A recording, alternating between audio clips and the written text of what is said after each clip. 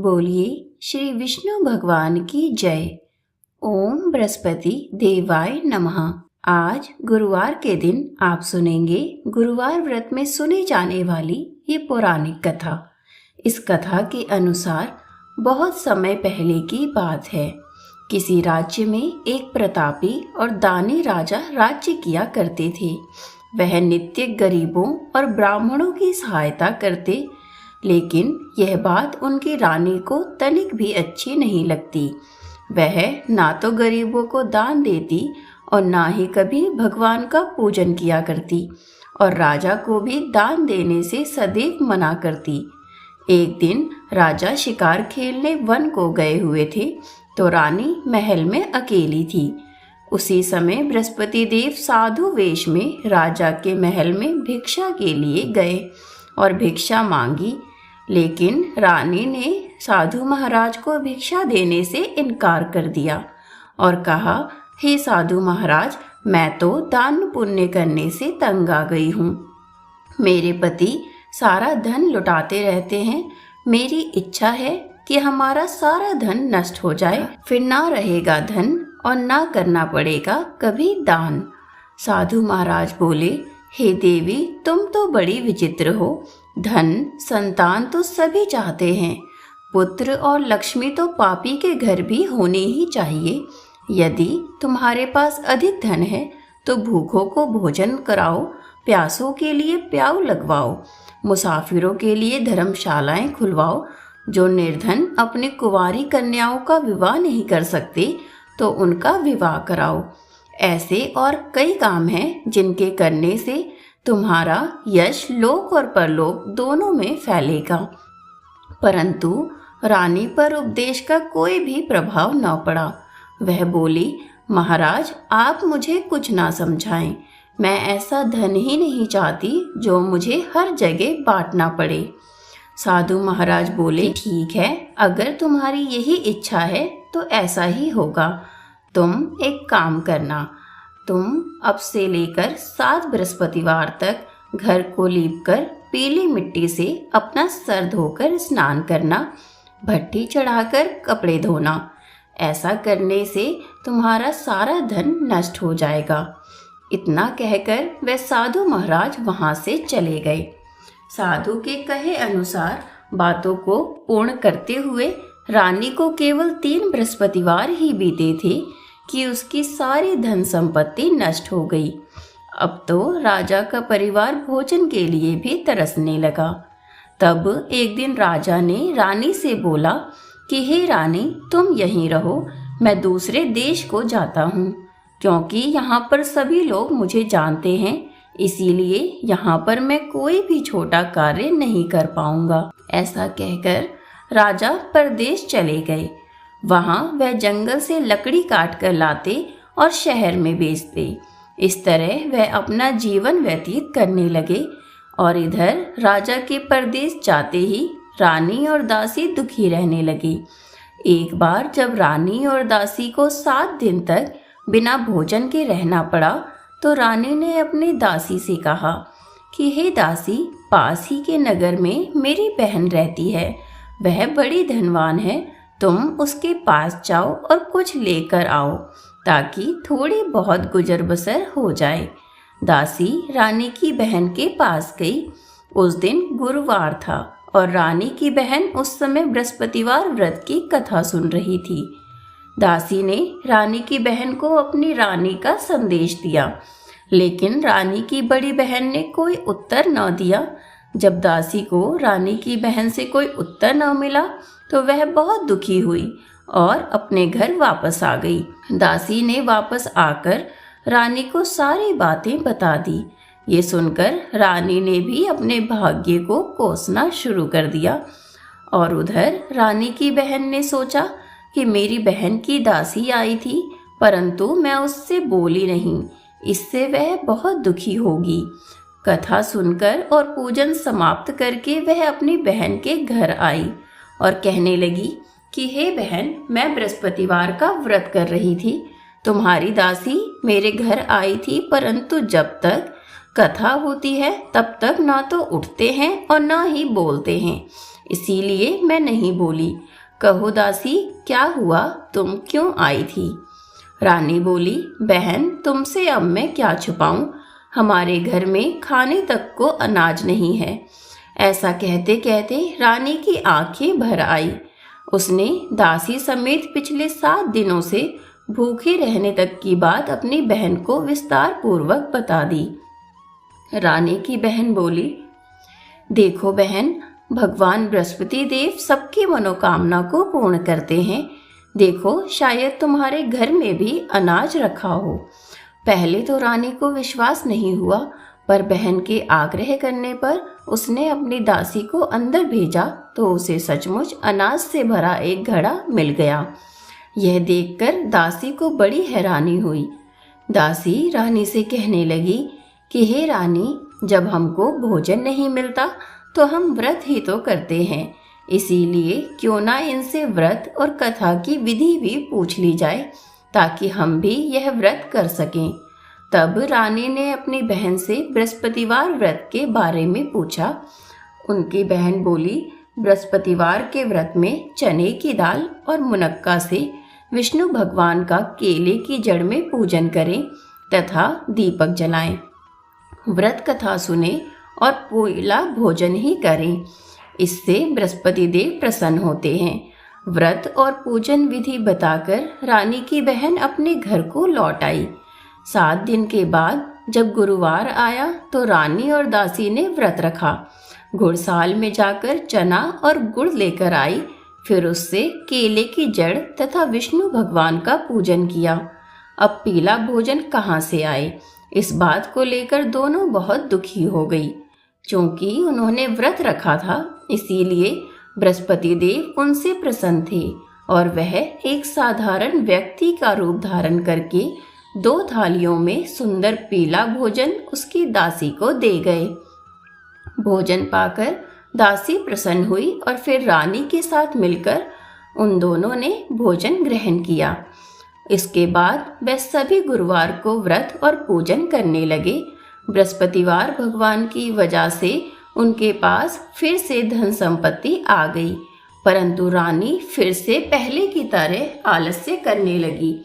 तब दासी बोली, देखो रानी, तुम पहले भी इस प्रकार आलस्य करती थी, तुम्हें धन रखने में कष्ट होता था, इस कारण सारा धन नष्ट हो गया और अब जब भगवान बृहस्पति की कृपा से धन पुनः हमको प्राप्त हुआ है तो फिर तुम फिर से ऐसे आलस्य कर रही हो।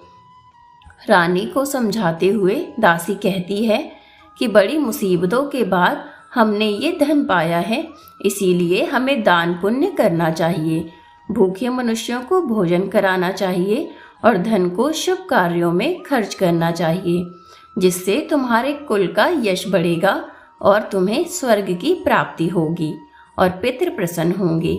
दासी की बात मानकर रानी अपना धन शुभ कार्यों में खर्च करने लगी, जिससे पूरे नगर में उनका यश फैल गया। अब आगे राजा का हाल सुनो।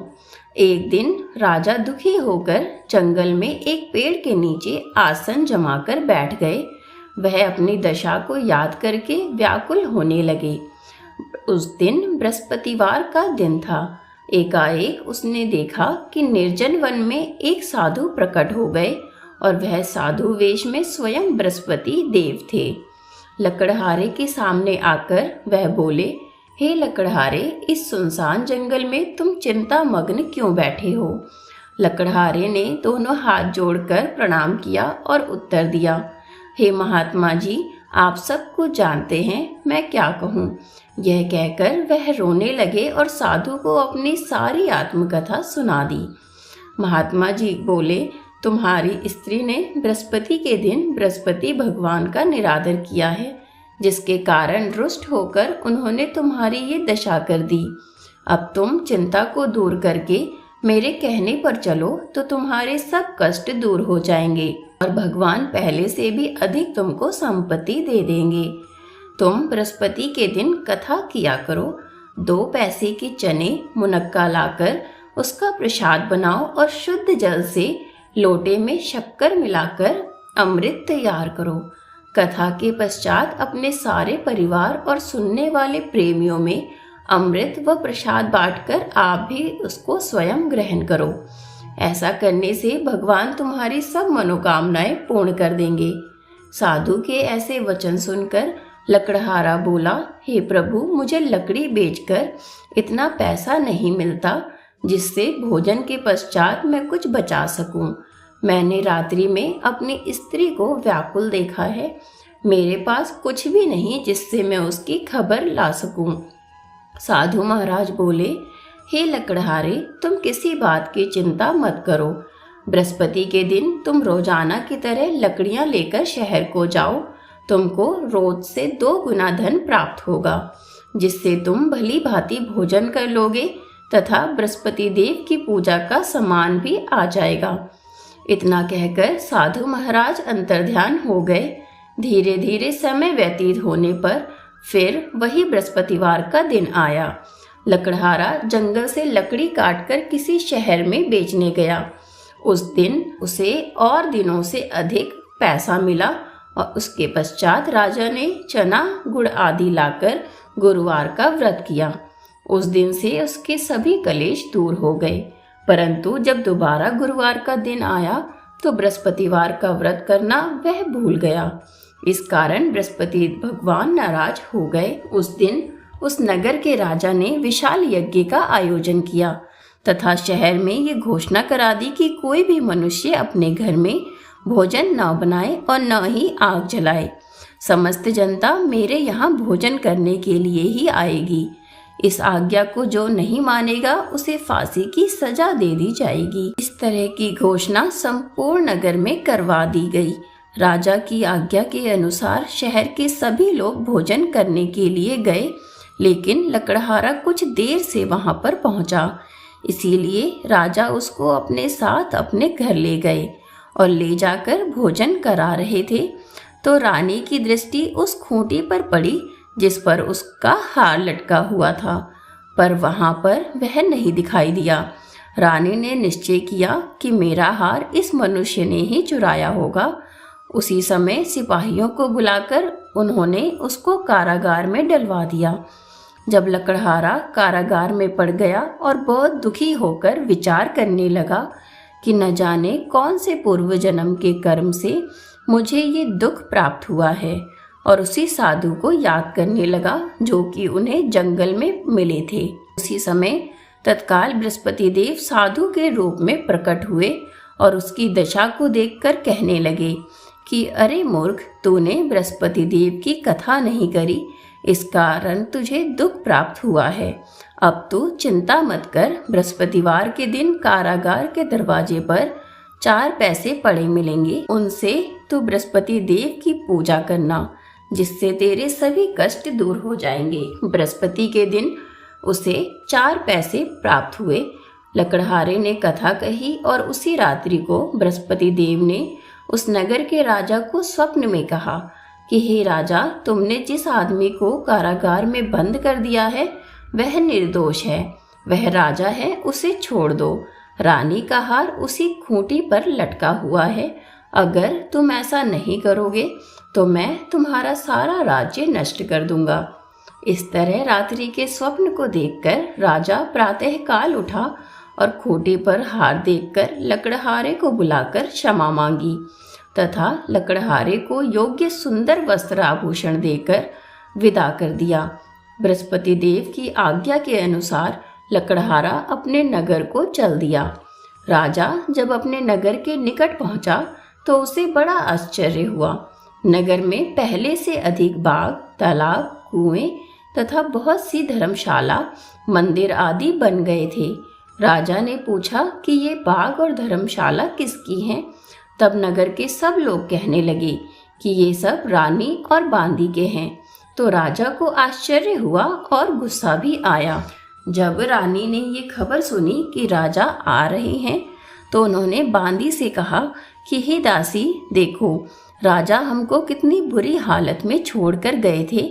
हमारी ऐसी हालत देखकर वह लौट न जाएं, इसीलिए तुम दरवाजे पर खड़ी हो जाओ। आज्ञा अनुसार दासी दरवाजे पर खड़ी हो गई और राजा आए तो उन्हें अपने साथ लेकर महल में आ गई। राजा ने क्रोध करके अपनी रानी से पूछा कि ये धन तुम्हें कैसे प्राप्त हुआ है। तब उन्होंने कहा, हमें ये सब धन बृहस्पति देव के इस व्रत के प्रभाव से प्राप्त हुआ है। इसके पश्चात राजा ने निश्चय किया कि 7 रोज बाद तो सभी बृहस्पति देव का पूजन करते हैं, परंतु मैं प्रतिदिन में 3 बार कहानी तथा रोज व्रत किया करूँगा। अब हर समय राजा के दुपट्टे में चने की दाल बंधी रहती तथा दिन में 3 बार वह कहानी कहते। एक रोज राजा ने विचार किया कि चलो अपनी बहन के यहाँ हो आते हैं। इस तरह निश्चय कर राजा घोड़े पर सवार हो अपनी बहन के यहाँ चल दिए। मार्ग में उन्होंने देखा कि कुछ आदमी एक मुर्दे को लेकर जा रहे हैं। उन्हें देखकर राजा कहने लगे कि अरे भाइयों, मेरी बृहस्पति देव की कथा सुन लो। वह बोले, हमारा तो आदमी मर गया है और इनको अपनी कथा की पड़ी है। परंतु कुछ आदमी बोले, अच्छा कहो, हम तुम्हारी कथा भी अवश्य ही सुनेंगे। राजा ने दाल निकाली और जब कथा आधी हुई थी कि मुर्दा हिलने लग गया, और जब कथा समाप्त हुई तो राम राम करके वह मनुष्य उठ खड़ा हो गया। आगे मार्ग में उसे एक किसान खेत में हल चलाता हुआ मिला। राजा ने उसे देख और उससे बोला, अरे भैया, तुम मेरी बृहस्पतिवार की कथा सुन लो। किसान बोला, जब तक मैं तुम्हारी कथा सुनूंगा तब तक 4 हरैया जोत लूंगा। जाओ अपनी कथा किसी और को सुनाना। इस तरह राजा आगे चलने लगा। राजा के हटते ही बैल पछाड़ खाकर गिर गए तथा किसान के पेट में भी बड़ी जोर का दर्द होने लगा। उस समय उसकी माँ रोटी लेकर आ रही थी। उसने जब ये देखा तो अपने पुत्र से सारा हाल पूछा और बेटे ने भी सभी हाल कह दिया। तो बुढ़िया दौड़ी दौड़ी उस घुड़सवार के पास गई और उससे बोली कि मैं तुम्हारी कथा सुनूंगी, तुम अपनी कथा मेरे खेत पर चलकर ही कहना। राजा ने बुढ़िया के खेत पर जाकर कथा कही, जिसके सुनते ही वह बैल उठ खड़े हुए तथा किसान के पेट का दर्द भी बंद हो गया। अब राजा अपनी बहन के घर पहुँचे। बहन ने भाई की खूब मेहमानी की।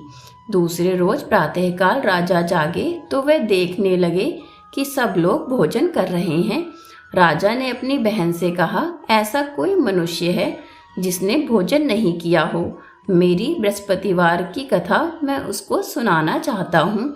बहन बोली, भैया, यह देश ऐसा ही है कि पहले यहाँ लोग भोजन करते हैं, बाद में कोई अन्य कार्य। अगर कोई पड़ोस में हो तो मैं देखकर आती हूँ। वह ऐसा कहकर देखने चली गई, परंतु उसे कोई ऐसा व्यक्ति नहीं मिला जिसने भोजन न किया हो। अतः वह एक कुम्हार के घर गई जिसका लड़का बीमार था। उसे मालूम हुआ कि उनके यहाँ 3 रोज से किसी ने भोजन नहीं किया है।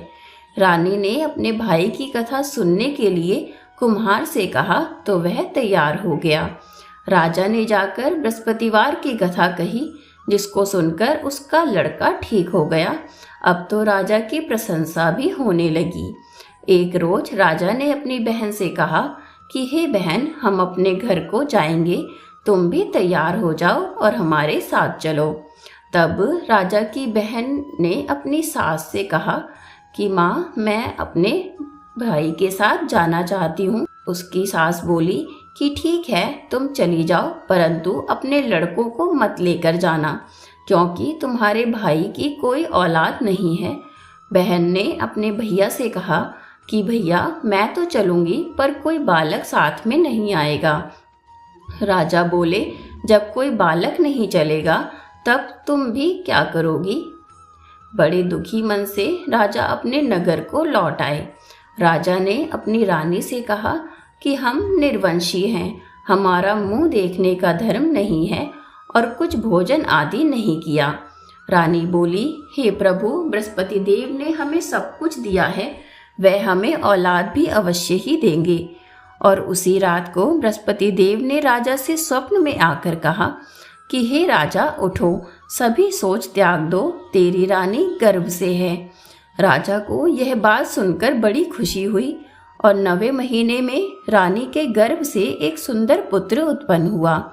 तब राजा बोले, हे रानी, स्त्री बिना भोजन के रह सकती है, पर बिना कहे नहीं रह सकती। जब मेरी बहन आएगी तुम उससे कुछ मत कहना।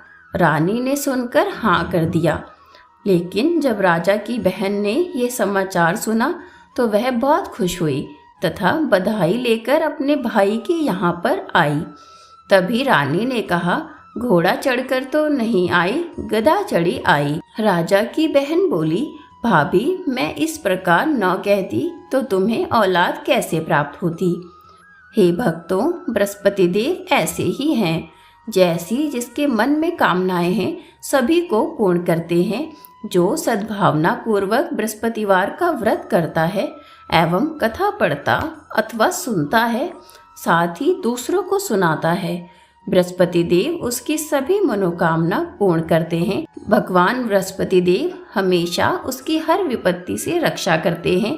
संसार में जो मनुष्य सद्भावना से भगवान जी का पूजन व्रत सच्चे हृदय से करते हैं तो उनकी सभी मनोकामनाएं पूर्ण हो जाती हैं।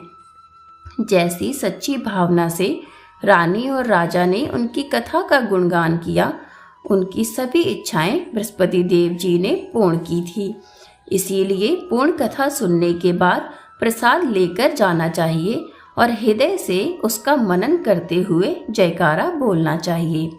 बोलो बृहस्पति देव की जय हो। भगवान विष्णु की सदा सर्वदा जय हो। कथा संपूर्ण होने के पश्चात आरती अवश्य गाएं। ओम जय बृहस्पति देवा, स्वामी जय बृहस्पति देवा। छिन छिन भोग लगाऊं फल मेवा। ओम जय बृहस्पति देवा, तुम पूर्ण परमात्मा, तुम अंतर्यामी। जगत पिता जगदीश्वर, तुम सबके स्वामी। ओम जय बृहस्पति देवा। चरणामृत निज निर्मल, सब पातक हरता। सकल मनोरथ दायक, कृपा करो भरता। ओम जय बृहस्पति देवा। तन मन धन अर्पण कर, जो जन शरण परे। प्रभु प्रकट तब होकर, आकर द्वार खड़े। ओम जय बृहस्पति देवा। दीन दयाल दयानिधि, भक्तन हितकारी। पाप दोष सब हरता, भव बंधन हारे। ओम जय बृहस्पति देवा। सकल मनोरथ दायक, सब संशय तारो। विषय विकार मिटाओ, संतन सुखकारी। ओम जय बृहस्पति देवा। जो कोई आरती तेरी प्रेम सहित गावे, ज्येष्ठानंद बंद सो निश्चय पावे। ओम जय बृहस्पति देवा। स्वामी जय बृहस्पति देवा। प्रेम से बोलिए श्री विष्णु भगवान की जय। बृहस्पति भगवान की सदा सर्वदा जय हो। आशा है आपको ये कथा व आरती पसंद आई होगी, तो वीडियो को लाइक और चैनल को सब्सक्राइब जरूर करें।